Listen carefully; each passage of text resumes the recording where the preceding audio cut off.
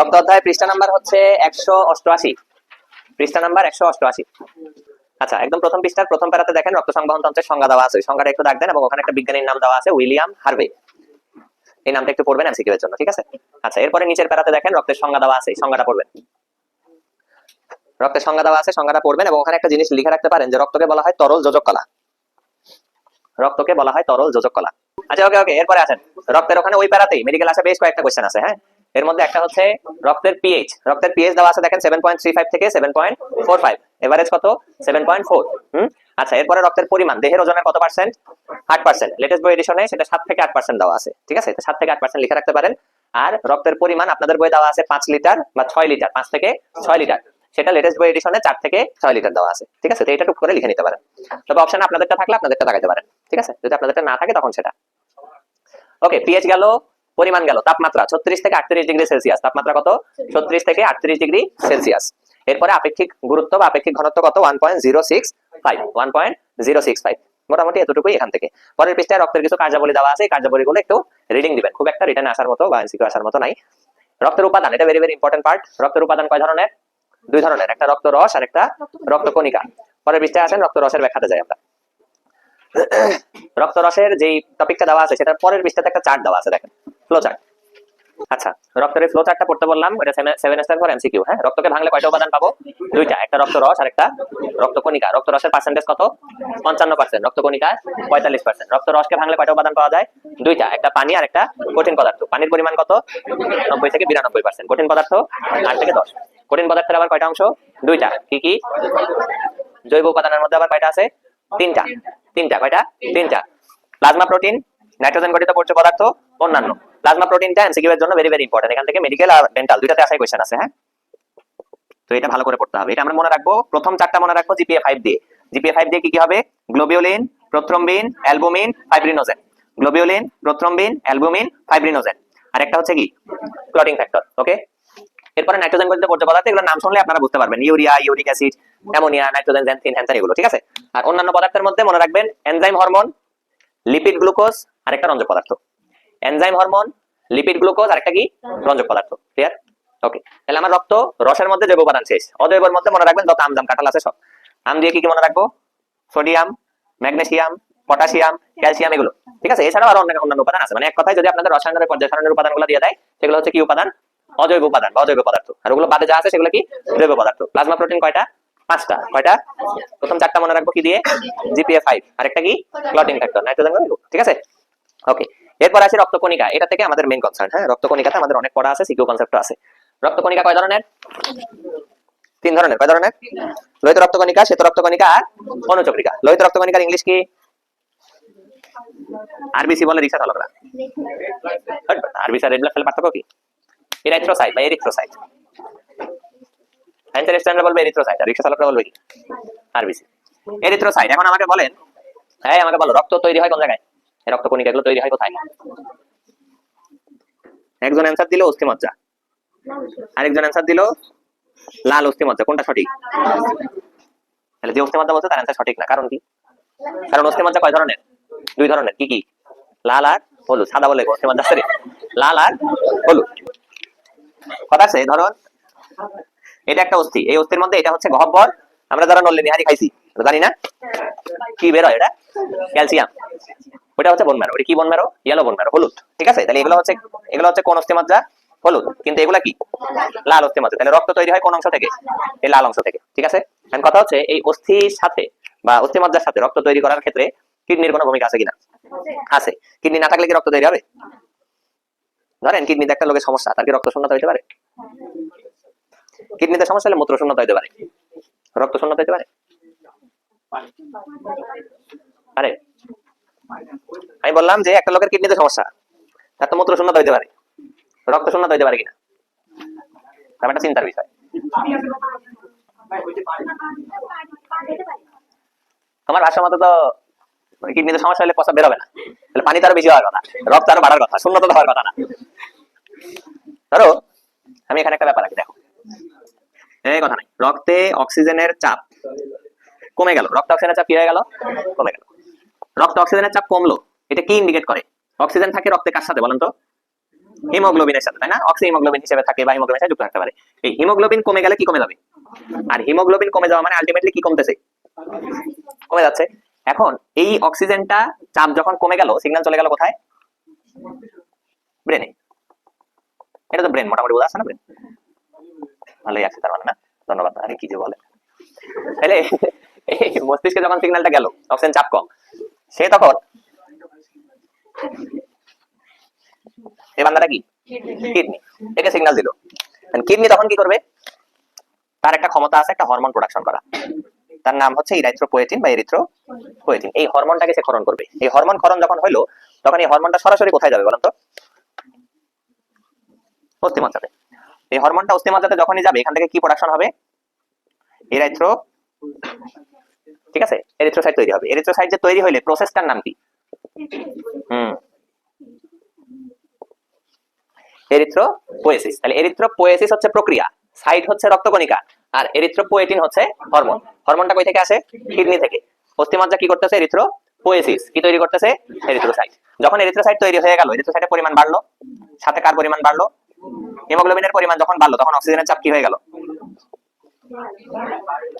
Haemoglobin ছিল না তাই অক্সিজেন কারো কাঁধে বসার জায়গা পাচ্ছিল না, তাই অক্সিজেনের চাপ কমে গেছিল। এখন হিমোগ্লোবিন বাড়তেছে, অক্সিজেনও বাড়বে না? তাহলে অক্সিজেন বাড়লে চাপও কি হবে?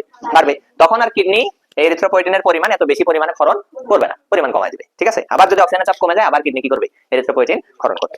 তাহলে এই হচ্ছে রক্তের ওখানে। দেখেন এবার আমরা লোহিত রক্তকণিকার ব্যাখ্যাতে যাই। আস্তে আস্তে এই ব্যাখ্যাতে আমরা আসতেছি। দেখেন লোহিত রক্তকণিকার ওখানে প্রথম লাইনে বলা আছে এটা দ্বিঅবতল চাকতির মতো নিউক্লিয়াস বিহীন এবং হিমোগ্লোবিন যুক্ত। এই লাইনটা রাখবেন যদি দাগানো না থাকে। কি বললাম? দ্বিঅবতল চাকতির মতো নিউক্লিয়াস বিহীন হিমোগ্লোবিন যুক্ত। এই হিমোগ্লোবিন যুক্ত যেখানে লেখা আছে ওখানে লিখে ফেলেন কয় পলিপেপটাইড যুক্ত হিমোগ্লোবিন বলেন তো? কয় পলিপেপটাইড থাকে হিমোগ্লোবিনে? প্রোটিন বানানোর সময় 4টা পয়েন্ট পড়াইছিলাম, 1 polypeptide, 2 polypeptide, 3 polypeptide, 4 polypeptide. Haemoglobin কোনটাতে ছিল? 4 পলিপেপটাইড যুক্ত হচ্ছে কি? হিমোগ্লোবিন। হিমোগ্লোবিনের হাত কয়টা? এই 4 পলিপেপটাইড থেকে মনে করবেন 4 হাত। কয় হাত? 4 হাত। অক্সিজেনের হাত কয়টা? 2টা। তাহলে 2 হাত দিয়ে এই হিমোগ্লোবিনের এই 2 হাত ধরবে, আর আরেকটা অক্সিজেন 2 হাত দিয়ে এই পাশে 2 হাত ধরবে। তাহলে এক হিমোগ্লোবিনে কয়টা অক্সিজেন থাকবে? 2টা। এজন্য হিমোগ্লোবিন আর অক্সিজেনের সংকেত হয় এরকম, অক্সি হিমোগ্লোবিন। ঠিক আছে? তাহলে HbO2 গেল। এরপরের ব্যাখ্যায় আসি। পরিমাণ করতে হবে। বয়স ভেদে লোহিত রক্তকণিকার পরিমাণ বিভিন্ন হতে পারে। ভ্রূণ দেহে সবচেয়ে বেশি কত থাকে? 80 থেকে 90। তারপর নবজাতকে 60 থেকে 70, প্রাপ্তবয়স্ক পুরুষে 50 থেকে 54, আর স্ত্রী দেহে 44 থেকে 49। এগুলো এমসিকিউ এর জন্য খুব ইম্পর্টেন্ট। ঠিক আছে? তাহলে সবচেয়ে বেশি আছে কার দেহে? ভ্রূণ দেহে। সবচেয়ে কম থাকে স্ত্রী দেহে। অস্থিমজ্জাতে অনেক ধরনের কোষ থাকে, তার মধ্যে একটা কোষের নাম হচ্ছে স্টেম কোষ। কি কোষ? স্টেম কোষ। এই স্টেম কোষ থেকে কি তৈরি হয়? রক্তকণিকাগুলো তৈরি হয়। ক্লিয়ার? আচ্ছা, এরপরে দেখানো যে যেগুলো আমরা এই সার্কেলে পড়লাম, এই সার্কেলের মধ্যে যেগুলো পড়লাম দেখেন ওখানে লেখা আছে থার্ড লাইনে মনে হয় যে বৃক্ক রক্তে অক্সিজেনের পরিমাণ বা মাত্রা কম সেটা যদি বুঝতে পারে তখন এরিথ্রোপয়েটিন নামক একটা হরমোন উৎপাদন করেন এবং ক্ষরণ করে। এবং এই হরমোনের মাধ্যমে লোহিত রক্তকণিকা বা এরিথ্রোসাইট তৈরি হয়। প্রক্রিয়ার নাম এরিথ্রোপোয়েসিস। শেষের দিকে বলা আছে দেখেন প্রক্রিয়ার নাম কি? এরিথ্রোপোয়েসিস। ওকে, এখন এই জায়গাতে নিউক্লিয়াস আছে না নাই? আরবিসিতে এরিথ্রোসাইটে কোনো নিউক্লিয়াস নাই। ব্যাপারটা হচ্ছে আরবিসি যখন প্রথম তৈরি হয় তখন তার মধ্যে নিউক্লিয়াস ছিল, পরিণত হইতে হইতে নিউক্লিয়াসটা বিলুপ্ত হয়ে গেছে বা চলে গেছে। এই যে নিউক্লিয়াসটা বিলুপ্ত হয়ে গেছে এটাকে বলা হয় বা এই প্রক্রিয়াটাকে বলা হয় এক্সোসাইটোসিস। কি বলা হয়? এক্সোসাইটোসিস। মাঝখানে একটা এডিশনের বই ছিল, আবার গায়েব করে দিয়েছে। ঠিক আছে? এক্সোসাইটোসিস। ওকে, এরপরে লোহিত রক্তকণিকা পরের বিষয়ে দেখেন লোহিত রক্তকণিকার মধ্যে পানির পরিমাণ কত? 60 থেকে 70%, আর কঠিন পদার্থ 30 থেকে 40, যার মধ্যে 90% কি? হিমোগ্লোবিন। 30 থেকে 40 এর মধ্যে 90% কি? হিমোগ্লোবিন। এন্ড হিমোগ্লোবিনকে ভাঙলে কয়টা উপাদান পাওয়া যায়? 2টা, হিম আর গ্লোবিন। হিম হচ্ছে লৌহ ধারণকারী রঞ্জক পদার্থ। হিম কি? লৌহ ধারণকারী রঞ্জক পদার্থ। তার মানে লৌহ আছে আবার রঞ্জক পদার্থও আছে। আর গ্লোবিন হচ্ছে প্রোটিন। গ্লোবিন কি? প্রোটিন। এই হিমটাকে ভাঙলে একদিকে আয়রন পাবো আর একদিকে পাবো কি? রঞ্জক পদার্থ। লৌহ মানে আয়রন না? লৌহ ধারণকারী রঞ্জক। রঞ্জক দুটার নাম কি বলতে পারবেন? প্রথমটা বিলিভার্ডিন। বিলিভার্ডিন থেকে কিসে কনভার্ট হয়? বিলিরুবিন। ঠিক আছে? আচ্ছা, বিলিরুবিনের বর্ণ কেমন? হলুদ। বিলিভার্ডিনের সবুজ। ওকে, তাহলে মোটামুটি এরপর হিমোগ্লোবিনের পরিমাণ জানতে হবে। পুরুষের ক্ষেত্রে হিমোগ্লোবিনের পরিমাণ কত? 13.5 থেকে 17.5, আর মহিলাদের ক্ষেত্রে বা নারীদের ক্ষেত্রে 11.5 থেকে 15.5 গ্রাম পার ডিএল বা গ্রাম পার ডেসিলিটার। এই এককটা জানতে হবে। ঠিক আছে? আচ্ছা, এবার কাজে আসি। লোহিত রক্তকণিকার কাজ রিটেনের জন্য ইম্পর্টেন্ট। ঠিক আছে? রিটেনের জন্য স্টার মার্ক দিয়ে রাখেন, আসতে পারে। দেখেন 1 নম্বরেই বলা আছে ফুসফুস থেকে গৃহীত বাতাস মানে অক্সিজেন, কার্বন ডাই অক্সাইড এগুলো আদান প্রদান করতে পারে, গ্রহণ করতে পারে, হ্যাঁ, পরিবহন করতে পারে। হিমোগ্লোবিন না থাকলে অক্সিজেন কারো মানে কাঁধের উপর চড়া জায়গা পাবে না। বুঝতে পারছেন? হিমোগ্লোবিন কি করে? অক্সিজেন গুলোকে পরিবহন করে। আচ্ছা, এরপর একটা কথা বলা আছে দেখেন রক্তের ঘনত্ব সান্দ্রতা নিয়ন্ত্রণ করে। এই ঘনত্ব সান্দ্রতা নিয়ন্ত্রণ করা মানে কি? রক্তটা তো একটা তরল পদার্থ, ওর মধ্যে কণিকা হচ্ছে আরবিসি। এরিথ্রোসাইট। এখন ওই কণিকা যত বেশি থাকবে রক্তটা তত কি হবে, ঘন হবে। আর ঘন বেশি হইলে বা ঘনত্ব বেশি হইলে সান্দ্রতা বেশি হয় না কম হয়? বেশি হয়। সান্দ্রতা কি জিনিস? তরল পদার্থের রোধ। সান্দ্রতা কি? তরল পদার্থের রোধ। রোধ মানে কি? যেই তরল যত আসতে যায় তার সান্দ্রতা তত বেশি বেশি, তাই না? ধরেন মধু আছে এক কোটাতে আর এক কোটাতে পানি আছে, আমি দুটোই উল্টা করলাম, কোনটা সাথে সাথে খালি হবে? পানিটা। তার মানে পানির সান্দ্রতা কি? খুবই কম। কিন্তু মধুর সান্দ্রতা অনেক বেশি, যার কারণে ওর গতি খুবই কম। বুঝতে পারছেন? রোধ বেশি হলে গতি কম হয় না, এটাই। তাহলে রক্তের সান্দ্রতা বেশি হবে কখন? যখন রক্ত কি হবে, ঘন হবে। আর রক্ত কখন ঘন হবে? যখন আরবিসি বেশি হবে। তাহলে আরবিসি ঘনত্ব এবং সান্দ্রতা নিয়ন্ত্রণ করতেছে। ক্লিয়ার? ওকে। কাজের মধ্যে আরো কিছু আছে, যেমন ওই যে বিলিরুবিন, বিলিভার্ডিন রঞ্জক পদার্থের কথা বলা আছে। তারপরে অ্যান্টিজেন নামক একটা প্রোটিনের কথা বলা আছে। দেখেন অ্যান্টিজেন প্রোটিনটা কিসে সাহায্য করে? অ্যান্টিজেন প্রোটিনটা ব্লাড গ্রুপিং এ সাহায্য করে। ঠিক আছে? ব্লাড গ্রুপিং এর ক্ষেত্রে কোনটা? এ, বি, এ বি, ও, এগুলো পজিটিভ নেগেটিভ না কিন্তু। ঠিক আছে? পজিটিভ নেগেটিভ আলাদা, এটা আরএইচ অ্যান্টিজেন। কিন্তু A B O A B এগুলো হচ্ছে শুধু এই আরবিসির সাথে রিলেটেড। ক্লিয়ার? ওকে। আর তেমন কিছু এখান থেকে লাগবে না, বাদ বাকিগুলো রিটেনের জন্য পড়বেন, এমসিকিউ এর জন্য এগুলো পড়লেই হবে। আচ্ছা, আরেকটা কথা পড়তে পারেন, সেটা হচ্ছে বাফার হিসেবে কাজ করে। বাফার মানে কি? অম্লক্ষারের পিএইচ মানে সমতা বলতে হবে। অম্লক্ষার সমতা কি বলা যায়?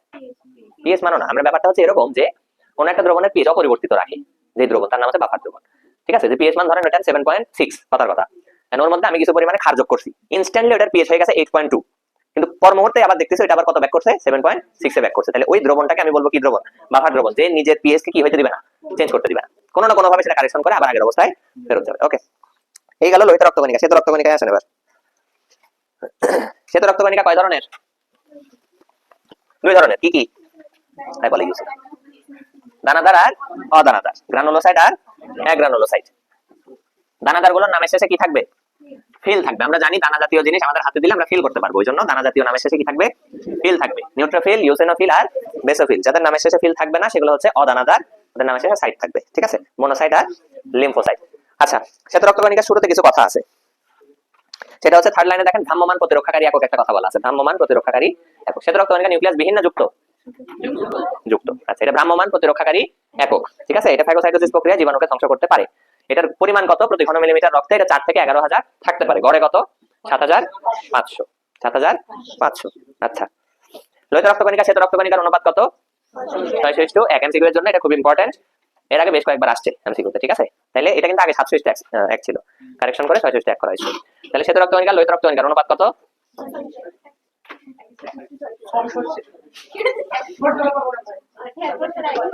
এটা তো দাগাই ফেলছে, প্রশ্ন বলে লাভ কি?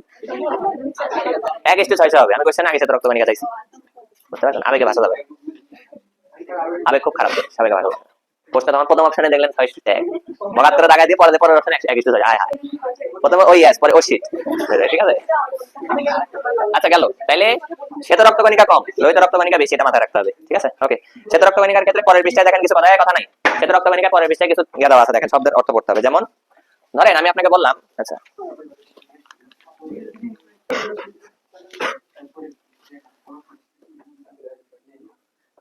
সাইটোসিস। সাইটোসিস শব্দের অর্থ হচ্ছে আধিক্য। সাইটোসিস শব্দের অর্থ কি? সাইটোসিস মানে কি? আধিক্য। পেনিয়া কথার অর্থ কি? কম বা হ্রাস। পেনিয়া কথার অর্থ কি? কম বা হ্রাস। আর ধরো এমিয়া বলতেছে, এমিয়া শব্দের অর্থ হচ্ছে রক্ত নিজে অথবা রক্তের মধ্যে। ঠিক আছে? রক্ত নিজে বা রক্তের মধ্যে।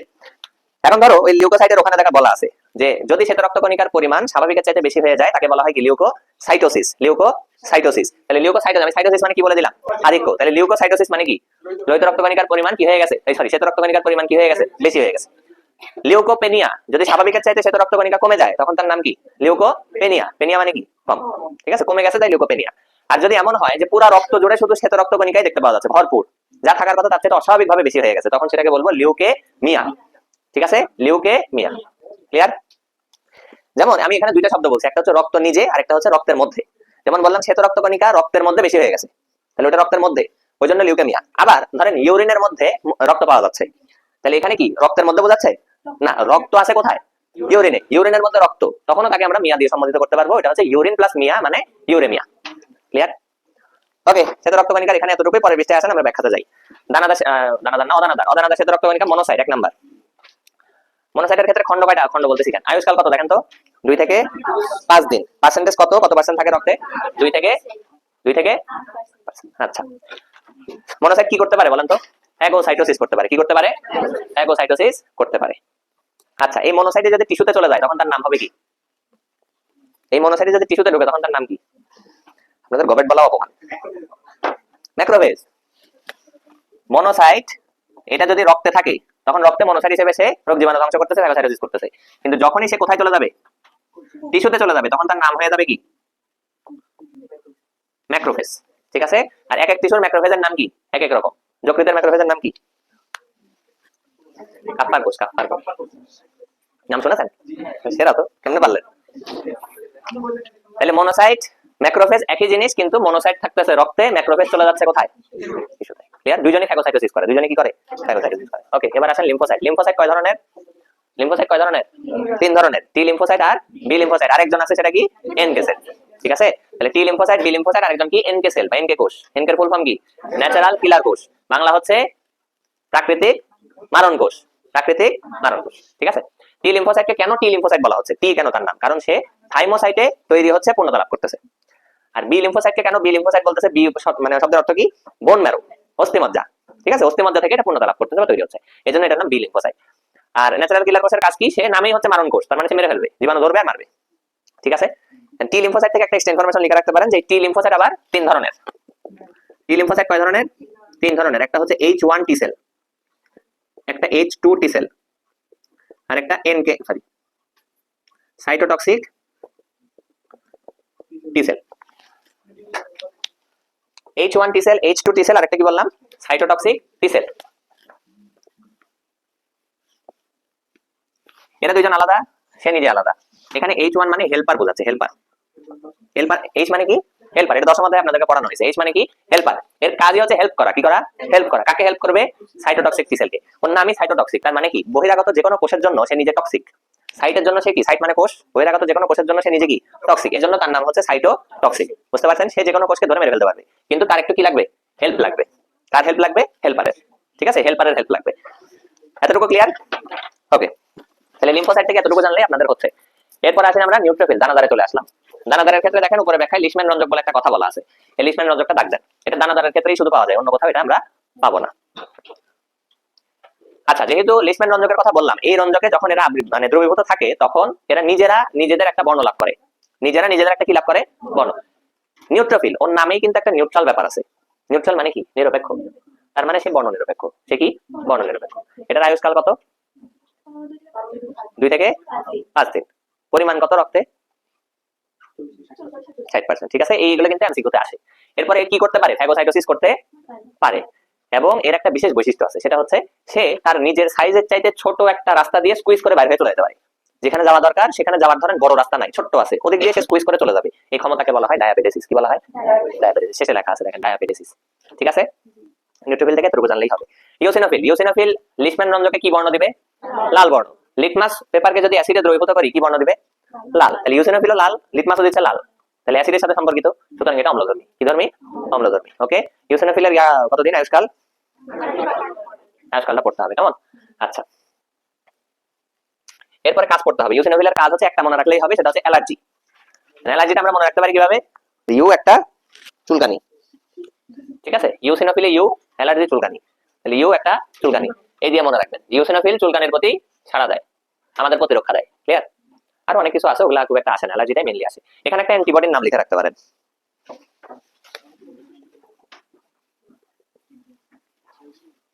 দেখবেন যারা অ্যালার্জি সমস্যা নিয়ে ডাক্তারের কাছে যায় তাদের এই টেস্টটা দেওয়া হয়।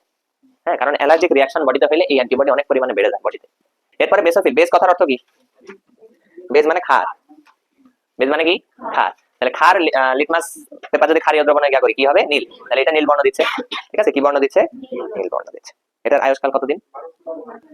এটা 2 ধরনের পদার্থ ক্ষরণ করে, একটা হেপারিন আর একটা হিস্টামিন। হেপারিনের কাজ হচ্ছে সেটা রক্ত জমাট বাঁধতে দিবে না, আর হিস্টামিনের কাজ হচ্ছে এটা রোগ প্রতিরোধ ক্ষমতা বৃদ্ধি করবে। ঠিক আছে। আচ্ছা, গেল। এরপর অনুচক্রিকা। অনুচক্রিকার ইংলিশ কি? থ্রম্বোসাইট। এই থ্রম্বোসাইটের ক্ষেত্রে আমি ধরেন বললাম থ্রম্বোসাইটোপেনিয়া, তখন কি বুঝবেন? স্বাভাবিকের চাইতে কমে গেছে, তাই তো? এটাকে আমরা বলবো থ্রম্বোসাইটোপেনিয়া। কোন রোগে থ্রম্বোসাইটোপেনিয়া হতে পারে বলেন তো? অনুচক্রিকা কমে যেতে পারে। ডেঙ্গুতে। ডেঙ্গুতে অনুচক্রিকার পরিমাণ খুবই মার্কলি কমে যাবে। হ্যাঁ। আচ্ছা, অনুচক্রিকা স্বাভাবিক হার কত? স্বাভাবিক সংখ্যা কত? 1.5 লাখ থেকে 4 লাখ প্রতি ঘন মিলিমিটারে। দৈনিক এর কি পরিমাণ তৈরি হয়? 200 বিলিয়ন। কোন কোষ থেকে তৈরি হয়? এটা অস্থিমজ্জার মেগাক্যারিওসাইট থেকে। অস্থিমজ্জার মেগাক্যারিওর উপরের দিকে দেওয়া আছে, অস্থিমজ্জার মেগাক্যারিওসাইট থেকে। ঠিক আছে, কাজ করতে হবে। Platelet plug, platelet plug CQ, কাজ সবগুলাই সিকিউ এর জন্য করবেন। প্লেটিলেট প্লাগ, প্লেটিলেট প্লাগ কি জিনিস? ধরেন কোন জায়গাতে একটা ক্ষত সৃষ্টি হলো, কথার কথা ধরেন আমার হাতের এই জায়গাতে কেটে গেছে, এই জায়গাতে রক্ত জমাট বাঁধার পরে একটা ছোট প্লাগ তৈরি হয়ে গেছে শক্ত। ওইটার কারণ কি বা এটার কাজ কি? অনুচক্রিকাগুলো এসে এই জায়গাটাতে একটা ঘন একটা দলার মতো তৈরি করে দিচ্ছে, যাতে করে ব্লাড বের হতে না পারে। ওটাকে বলা হয় কি? Platelet plug. ঠিক আছে, এছাড়াও আরো কিছু করতে পারে, যে ওখানে যেগুলো দেওয়া আছে এমসিকিউ এর জন্য খুব একটা ইম্পর্টেন্ট না, এগুলো রিডিং দিবেন। এরপরে বেশ একটা চার্ট আছে দেখেন। আচ্ছা, আগের পৃষ্ঠাতে নিচে একটা খ নাম্বারের কোশ্চেন আছে, যে কেন রক্তকণিকাগুলোকে কোষ বলা হয় না। এটা একটু খ নাম্বারের জন্য দেখবেন। হ্যাঁ, এরপরে একটা চার্ট আছে পরের পৃষ্ঠাতে, পরের পৃষ্ঠাতে চার্টটা একটু পড়বেন। কি কি পড়বেন আমি বলে দিই। কোষের নাম পড়বেন, কাজ পড়বেন, আর আয়ুষ্কাল পড়বেন। নাম, কাজ আর আয়ুষ্কাল। একটা ছোট্ট টপিক আছে আমাদের, সেটা হচ্ছে ক্লটিং ফ্যাক্টর। ক্লটিং ফ্যাক্টর কয়টা? সংখ্যা কত ক্লটিং ফ্যাক্টর? 13টা। কয়টা? 13টা। এর মধ্যে আমাদের মুখস্থ করতে হবে কয়টা? বেশ কয়েকটা আমাদের মুখস্থ করতে হবে। হ্যাঁ, প্রথমে মনে রাখেন 1 থেকে 4, এটা আমাদের মাস্টার মাস মুখস্থ করে ফেলতে হবে। এটা মনে রাখবো কি দিয়ে? ফুল পড়ে টুপ করে, ফাইব্রিনোজেন, প্রোথ্রম্বিন, থ্রম্বোপ্লাস্টিন, ক্যালসিয়াম, প্রথম 4টা। এরপর আমাদের পড়তে হবে 2, 7, 9, 10। 2, 7, 9, 10 আমি বলতেছি কেন এগুলো পড়তে হবে। হ্যাঁ জানি 2 এর মধ্যে চলে আসছে, কিন্তু এগুলো আমাদের মাস্টার মাস জানতে হবে। কেন 2, 7, 9, 10 বললাম? কারণ এরা সবাই হচ্ছে ভিটামিন কে নির্ভর ক্লটিং ফ্যাক্টর। 2, 7, 9, 10 ভিটামিন কে নির্ভর ক্লটিং ফ্যাক্টর। আর আপনাদের আরো এক্সট্রা যেটা পড়তে হবে সেটা হচ্ছে 8 নাম্বার আর 12 নাম্বার। এগুলার ফুল নাম পড়তে হবে, শুধু সংখ্যা না। ঠিক আছে, যেমন অ্যান্টি হিমোফিলিক ফ্যাক্টর, এটা কমনলি আসে এমসিকিউতে। অ্যান্টি হিমোফিলিক ফ্যাক্টর এটা 8 নাম্বার। হগম্যান ফ্যাক্টর এটা কমনলি আসে, বুঝতে? ক্রিসমাস ফ্যাক্টর এগুলো আসে, বুঝতে পারছেন?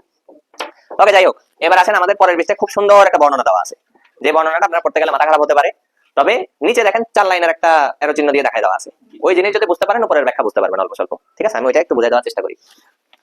ক্লটিং ফ্যাক্টর রক্ত জমাট বাঁধাইতে কি ভূমিকা পালন করে, ওইটা জাস্ট আমি ফ্লোচার্ট দিয়ে একটু বোঝাচ্ছি, ওইটা বোঝার চেষ্টা করেন, দিয়ে আপনি বর্ণনাটা পড়বেন। ঠিক আছে, বাড়ি গিয়ে ধরেন এটা বডির কোন একটা অংশ, ধরেন হাতের একটা অংশ, এই অংশ এই জায়গাটাতে কেটে গেছে, ভালো করে কাটছে আর কি।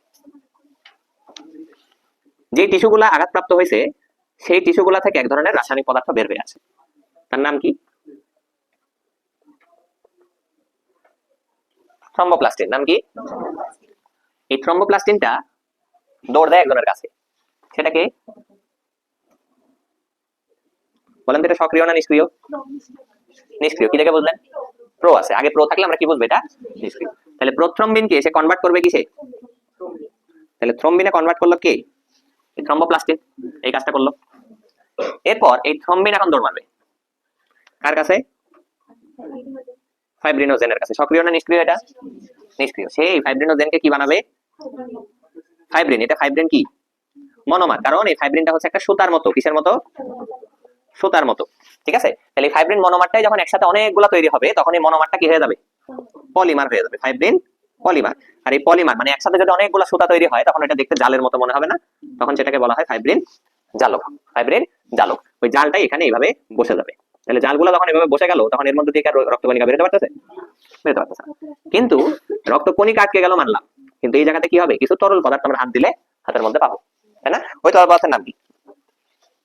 ওই তরল পদার্থের নাম কি? সিরাম। ওটার নাম কি? সিরাম। রক্ত পড়ার সময় আমরা পড়ছি রক্ত রস, যেটার নাম পড়ছিলাম প্লাজমা। এই প্লাজমা সিরামের মধ্যে পার্থক্য কি?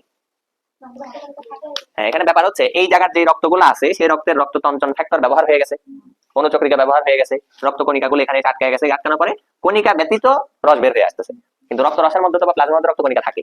তাহলে পার্থক্যগুলো কি দেখেন? সিরামের মধ্যে ক্লটিং ফ্যাক্টর আছে, থাকলেও সবগুলো নাই। যেগুলো ব্যবহার হয় নাই সেগুলো থাকতে পারে।